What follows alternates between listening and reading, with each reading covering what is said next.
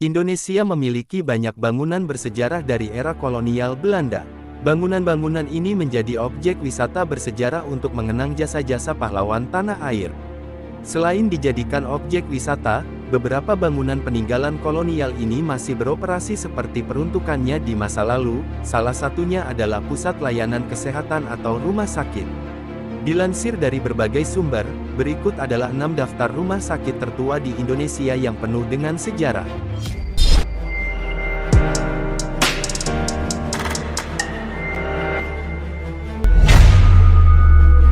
1. Rumah Sakit Dustira. Rumah Sakit Dustira adalah salah satu rumah sakit tertua di Indonesia yang dibangun pada tahun 1887 di masa penjajahan Hindia Belanda. Awalnya rumah sakit ini diberi nama Military Hospital yang berlokasi di Cimahi, Jawa Barat. Di tahun 1956, namanya berubah menjadi RS Dustira sebagai bentuk penghargaan terhadap jasa Mayor Dr. Dustira Prawira Mijaya yang berjuang di medan perang dan memberikan pertolongan kepada korban, terutama korban yang ada di Padalarang. Rumah sakit ini sudah berusia lebih dari 130 tahun, dan menjadi saksi sejarah kemerdekaan Indonesia. Pada tahun-tahun 1942 sampai tahun 1945, rumah sakit ini digunakan sebagai pusat perawatan tawanan tentara Belanda dan Jepang. Di tahun-tahun 1945 sampai tahun 1947, rumah sakit ini sempat dikuasai oleh NICA sampai akhirnya diserahkan oleh militer Belanda kepada TNI RI di tahun 1949. Bangunan rumah sakit ini masih khas dengan arsitektur Eropa. Meski terlihat kuno dan klasik, bangunan ini tetap kokoh dan masih beroperasional untuk pelayanan kesehatan. 2. Rumah Sakit PGI Cikini. Rumah Sakit PGI Cikini juga termasuk rumah sakit tertua di Indonesia yang usianya lebih dari 100 tahun.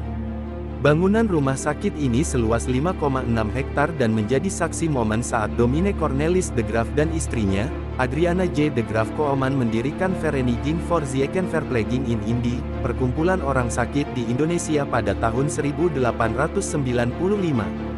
Pasangan ini membuat balai pengobatan di dekat Istana Negara sambil mencari dana untuk operasional layanan kesehatan tersebut.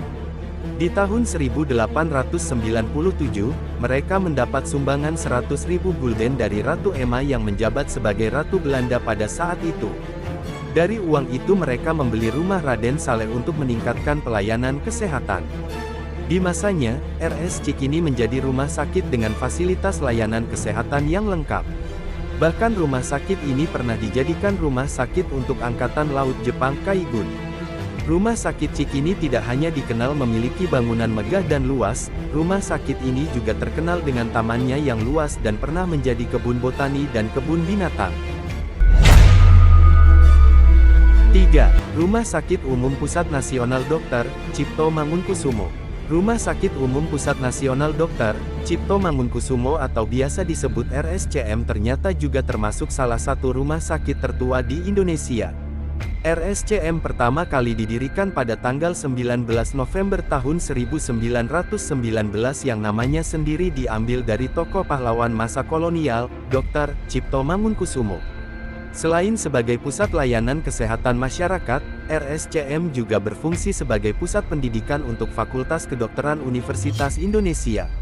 Rumah sakit ini juga menjadi pusat pendidikan kedokteran di Batavia.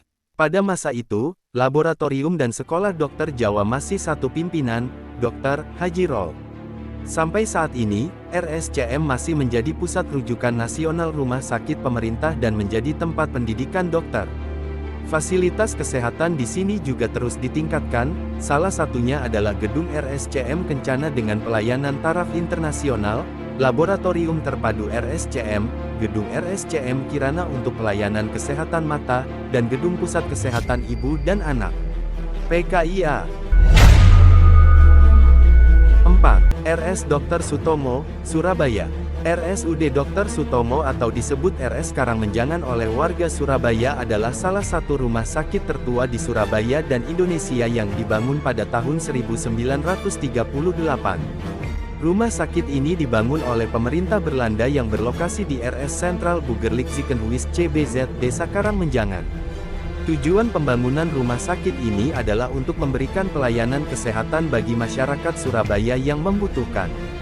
Di tahun 1943 sampai 1945, atau tepatnya saat Jepang mengambil alih kekuasaan di Indonesia, rumah sakit ini berganti nama menjadi Rumah Sakit Angkatan Darat.